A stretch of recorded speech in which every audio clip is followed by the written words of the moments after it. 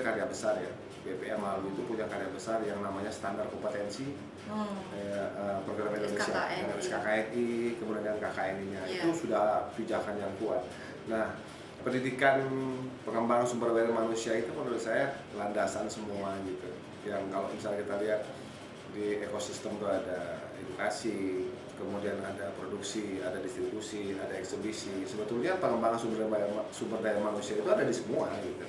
Semua itu baik dari pendidikan sendiri maupun produksi sendiri, eksibisi, kemudian distribusi dan lain hal, kepenontonan segala macam, sebetulnya itu bagian dari pengembangan sumber daya manusia perfilman. Dan juga di setiap tahapan itu juga perlu standar kompetensi. Makanya BP hari ini itu ada bidang sendiri khusus untuk itu.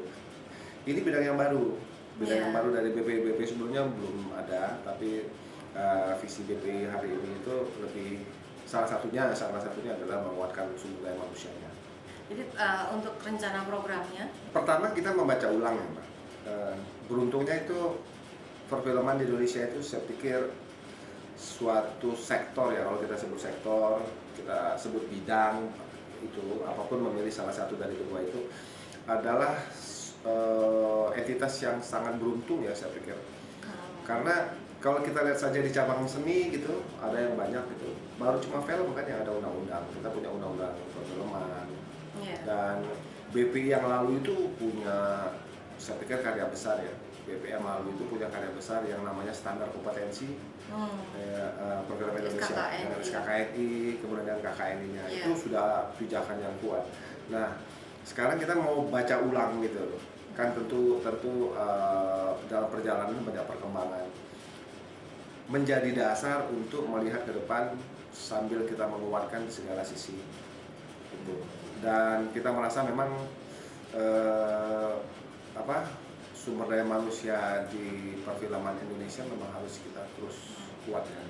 Dari apa yang sudah dilakukan, usaha untuk membuat kompetensi sertifikasi untuk industri kreatif perfilman ini, sejauh mana dari target yang direncanakan dari pekerja film yang ada? Bertumbuh tapi dalam tetap frame sosialisasi. Masih sosialisasi masih penting. Karena SKKNI itu dugaan saya belum begitu masuk. Pertama belum masuk ke industrinya, belum masuk ke pendidikannya. Belum menjadi syarat ya. Belum sudah menjadi syarat, tapi belum masif untuk masuk. Artinya masih banyak yang harus kita terang jelaskan kepada kedua bagian ini, baik dari pendidikan maupun dari industri. Nah, ini dalam rangka ketika misalnya hari ini itu semakin gencar link and match antara pendidikan sama perguruan tinggi, maka toolsnya itu adalah SKKNI. Ukurannya itu adalah SKKNI. Nah, tinggal sekarang bagaimana pendidikan membaca SKKNI, bagaimana industri juga baca SKKNI. Dan bagaimana itu bisa menjadi betul-betul peningkat kualitas mutu kerja. Ya, bisa meningkat, bisa juga untuk mensetarakan. Ya, karena ada fenomena hari ini masih dijumpai bahwa lulusan perguruan tinggi itu tidak langsung bisa terpakai, misalnya begitu. Ada banyak tuh lulusan perguruan tinggi ataupun sekolah BSMK itu ketika dia masuk industri itu dia harus perlu waktu lagi untuk beradaptasi, atau dia masih perlu waktu lagi untuk belajar. Justru ini sebenarnya yang pelan-pelan harus kita kurangi. Kita berusaha sekarang dengan adanya standar pendidikan dengan standar yang sama, dengan industri standar yang sama, jadi keluaran pendidikan ini bisa langsung terpakai. Gitu. Jadi perlu sinkronisasi juga dengan para produser mungkin ya. Salah satunya ya, jadi salah satunya produser. Karena apakah sekarang ini semua PH-PH atau produser atau sudah memakai standar itu atau masih dalam proses sosialisasi? Saya pikir ada produser yang sudah menggunakan, tapi ada banyak juga yang masih, ya kan gini, kondisi perfilman kita ini kan sebenarnya sudah jauh, sudah tumbuhnya sudah lama kan, perfilmannya sudah lama. Jadi ada banyak cara sebetulnya di industri, cara-cara produksi itu memang bisa berbagai macam-macam gitu, walaupun tujuannya sama. Artinya berbagai macam ini artinya bukan dari sisi negatif, bukan. Masing-masing rumah produksi, masing-masing company ataupun masing-masing kumpulan-kumpulan yang mau produksi itu mempunyai cara-cara yang berbeda-beda gitu. Dengan cara yang berbeda-beda itu tentu akan menyulitkan untuk nge-match-nya. Ya, contoh nge-match gini. Nge-match di industri sendiri bingung gitu. Bisa jadi kebingungan. Misalnya ketika masuk produksi 1, masuk produksi 2, itu ada banyak ya, tidak semua, tapi ada banyak yang perlu juga waktu gitu. Karena standarnya beda. Standarnya beda, baik alur kerja maupun dan apa yang dihasilkan kan juga mungkin mempengaruhi nggak itu? hasil produksinya. Hasil produksinya kita belum sampai mengukur ke situ, tapi memang yang pasti dengan penyesuaian itu pasti butuh waktu dan butuh waktu itu juga bisa menjadi kendala ya, butuh waktu itu.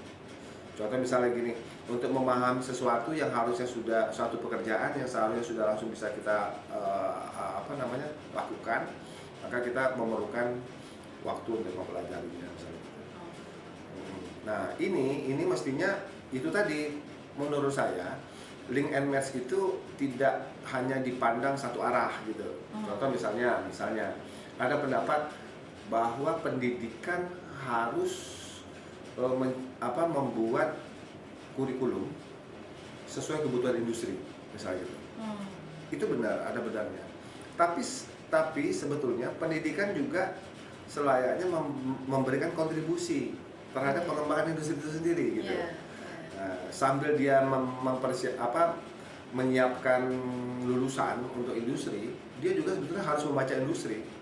Ketika dia, makanya diharapkan bisa outputnya.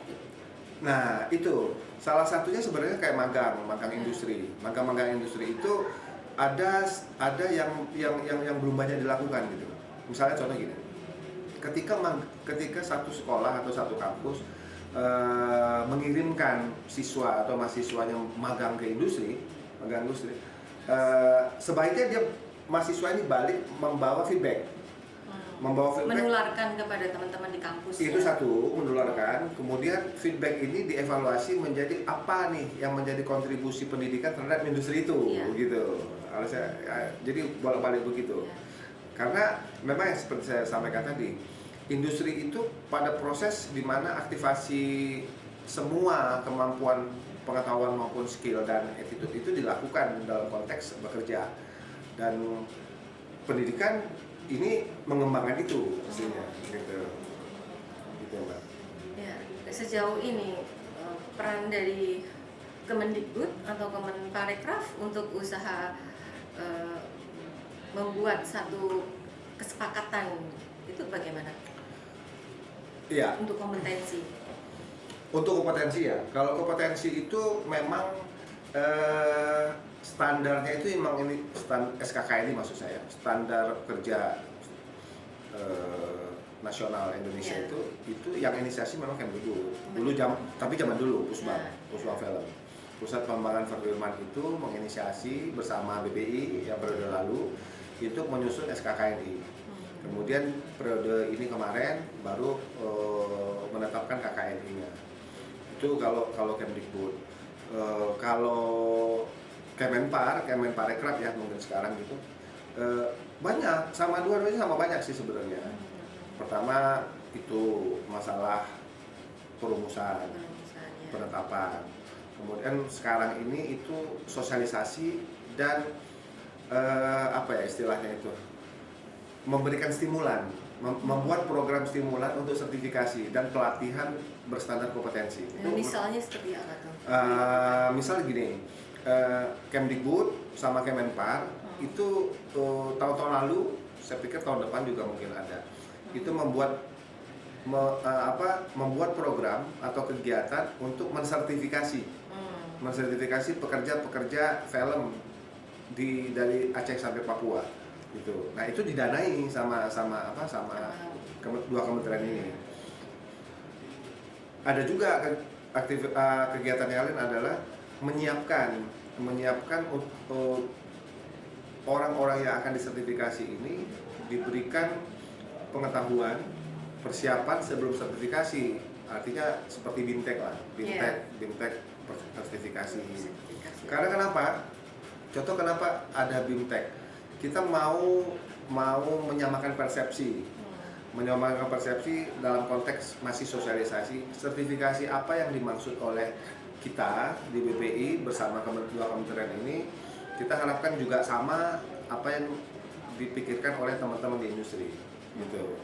Makanya masih sosialisasi. Respon dari pelaku film terhadap adanya sertifikasi dan kompetensi ini sejauh ini bagaimana? Ada tanggapan yang positif atau masih pro kontra atau bagaimana? Saya lihat data ya. Kalau data itu mengatakan banyak ya. Data itu kita lebih dari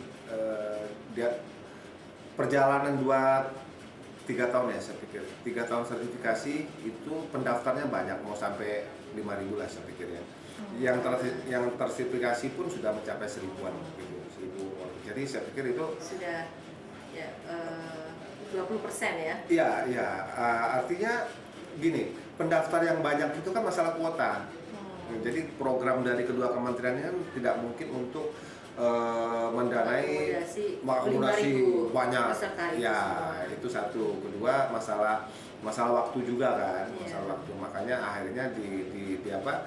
Kita saring, setelah disaring kemudian ya dapatnya yang 1.000-an lebih itu yang kompeten. Itu sudah dilakukan di periode tahun yang lalu. Jadi diharapkan untuk tahun kedepannya Kemendikbud dan Kemenparekraf ini juga lebih memberikan fokus supaya untuk program ini supaya bisa pemerataan, jadi yang lainnya yang masih belum sempat tersertifikasi itu bisa mendapatkan giliran ya, seperti itu. Kalau saya sih satu sisi iya itu ya, karena film ini kan masih harus didorong sebenarnya, harus didorong. Tapi di satu sisi secara paralel mestinya juga menguatkan regulasi. Karena kenapa?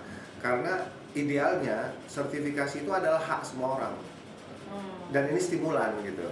Itu hak semua orang yang merasa dia mempunyai kompetensi di bidang perfilman. Hak semua orang. Nah, ketika itu menjadi hak semua orang, sebetulnya itu kebutuhan terkait pekerjaan. Maka menurut saya kemudian harus dikuatkan regulasinya tentu saja dan diaktifkan ketentuannya sehingga ini menjadi sebuah dalam tanda petik keharusan. Kalau kita ngomong standar kan harusnya kan digunakan gitu. Kalau punya aturan harusnya diselenggarakan. Artinya begini, misal tidak hanya dua kementerian ini jadinya gitu. Semua aktivitas, misalnya aktivitas pengadaan barang dan jasa nih bisa masuk ke situ kan. Ketentuan itu sekarang belum seperti di sektor industri yang lain gitu. Misalnya konstruksi. Kalau konstruksi kan ada sertifikasinya sendiri gitu. Bisa mengerjakan pekerjaan barang dan jasa pemerintah dan BUMN misalnya gitu. Itu satu. Perlu dikuatkan ketentuan itu. Ini kan ada banyak tuh dari Sabang sampai Merauke pekerjaan itu. Itu terkait penyediaan barang dan jasa pemerintah dan BUMN. Nah, ini bukan sebuah hal yang menyusahkan. Sebagian orang bilang ini menyusahkan. Tidak. Dengan sertifikasi sebetulnya kita ada jaminan.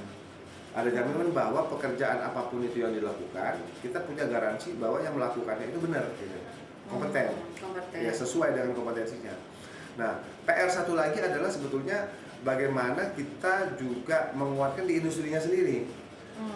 Bagaimana rumah produksi, bagaimana apapun lah itu lembaga bisnis perfilman,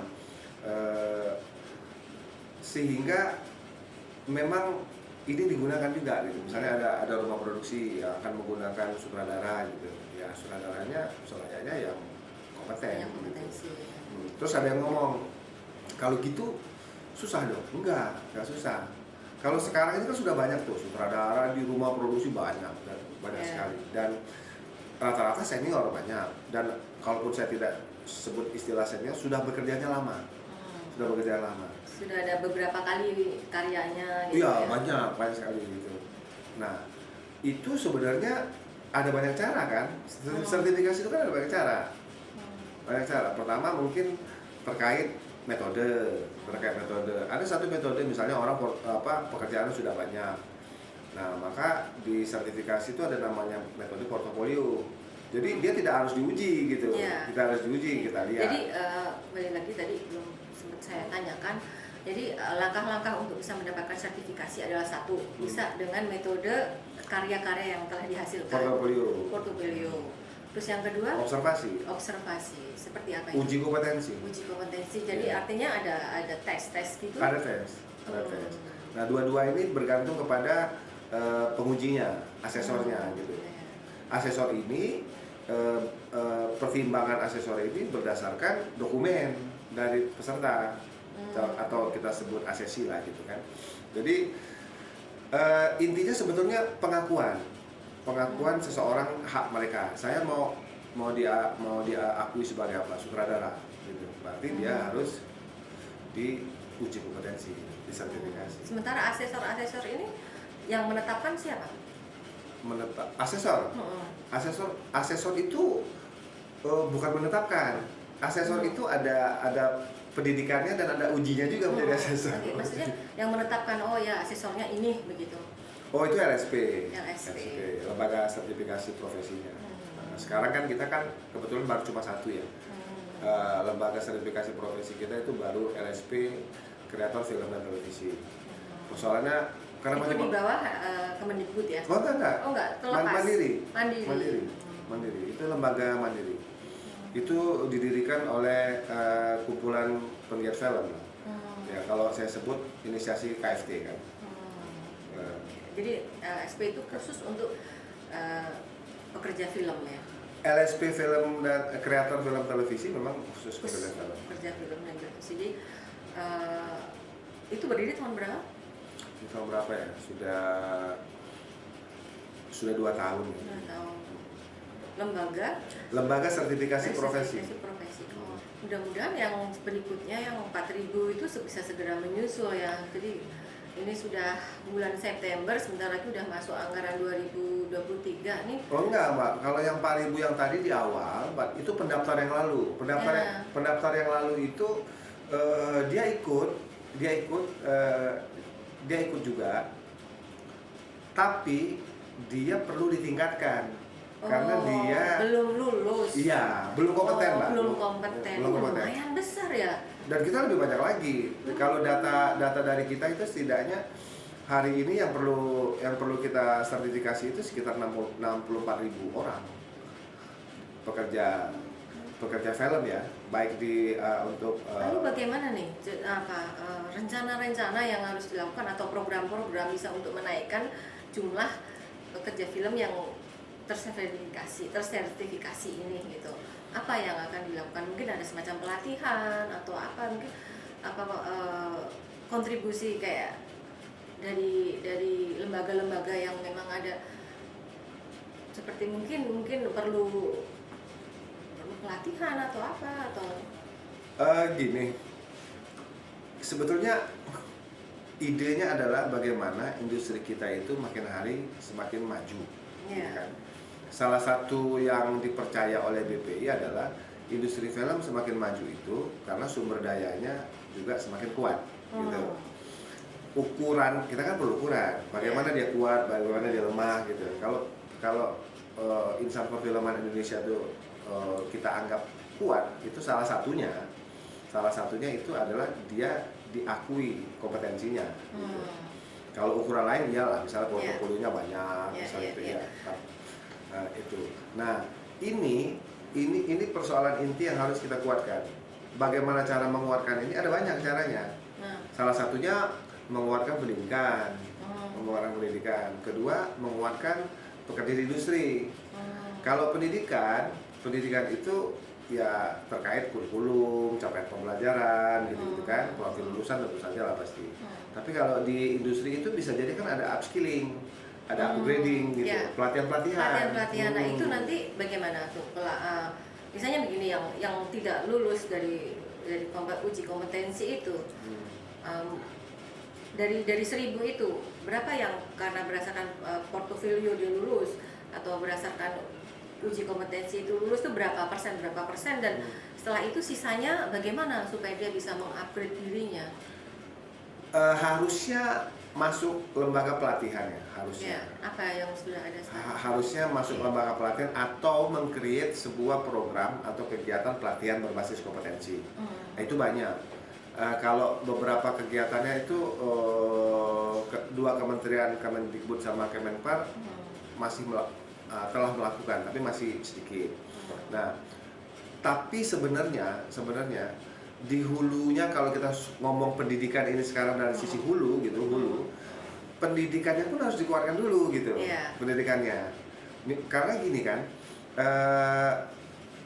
saya menduga gitu, memang di industri film kita itu pekerja film yang paling banyak itu kan termasuk dari sekolahan, baik dari SMK. Berapa tuh kira-kira jumlah SMK di seluruh Indonesia yang ada spesifikasi? Sementara yang aktif itu SMK kita itu 20 ya. 20 SMK. Kalau seluruh Indonesia itu SMK film khusus. SMK film baru 20. Kalau perguruan tingginya itu sekitar 23 prodi film. Tapi sebenarnya kan banyak. Ada prodi, ada peminatan gitu, atau konsentrasi juga banyak gitu. Nah, mungkin dengan adanya KFD, apakah cukup bisa memberikan kontribusi untuk peningkatan kualitas SDM itu? Kalau KFD kan posisinya kan lembaga berikutnya, gitu. Kalau yang saya maksud tadi itu ada dua arah itu. Pertama menguatkan pendidikannya. Ya, saya tidak memilih untuk memperbaiki, tapi menguatkan pendidikannya. Sama menguatkan juga industrinya dari sisi sumber daya manusia. Nah, hari ini itu sebenarnya bagaimana caranya kementerian itu juga melihat, kementerian itu juga semakin melihat bahwa film itu bukan cuma hobi.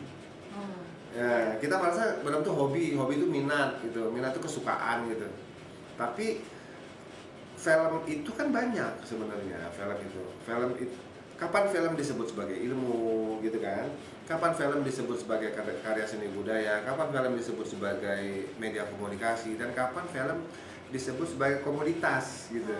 Nah, kalau kita ngomong standar kompetensi di industri, maka kita melihat film itu sebagai komoditas. Sebagai komoditas gitu. Kalau misalnya kita melihat film itu sebagai media komunikasi, maka dia caranya beda lagi gitu. Tidak, kalau film dilihat sebagai karya seni budaya mungkin sebagai medium ekspresi. Nah, ini saja kita harus rapikan nih arahnya. Misal contoh, ada sekolah atau perguruan tinggi yang kepengen luarannya itu langsung terserap di industri. Tapi kurikulumnya memperlakukan film sebagai karya seni budaya. Nah, susah nyambung itu Mbak kalau gitu. Susah nyambung. Kan kita tuh misalnya gini, kalau misalnya kita melihat film, contoh saya Kemendikbud ya. Semoga ke depan Kemendikbud itu melihat film bukan hanya sebagai karya seni budaya. Kalau film itu dilihat sebagai ilmu, maka harusnya bukan cuma Dirjen Bud dong. Harusnya ada Dirjen Dikti, ada Dirjen Diksi gitu kan.